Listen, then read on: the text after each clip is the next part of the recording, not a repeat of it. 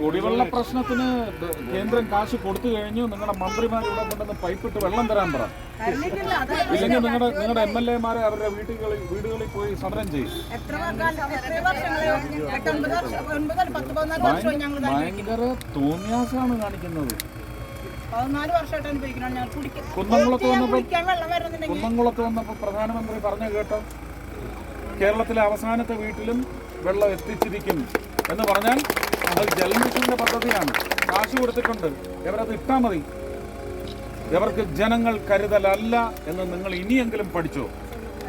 വെറുതെ കമ്മ്യൂണിസവും പ്രസംഗിച്ച് നടക്കും. ജനങ്ങളില്ല, മുതലാളിമാരേ ഉള്ളൂ. അതിൽ നിങ്ങളത് മനസ്സിലാക്കി ഇനിയെങ്കിലും.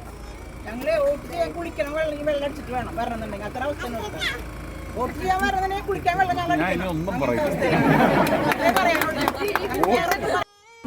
വോട്ട് ചെയ്യാൻ വരാൻ പറയുന്നത്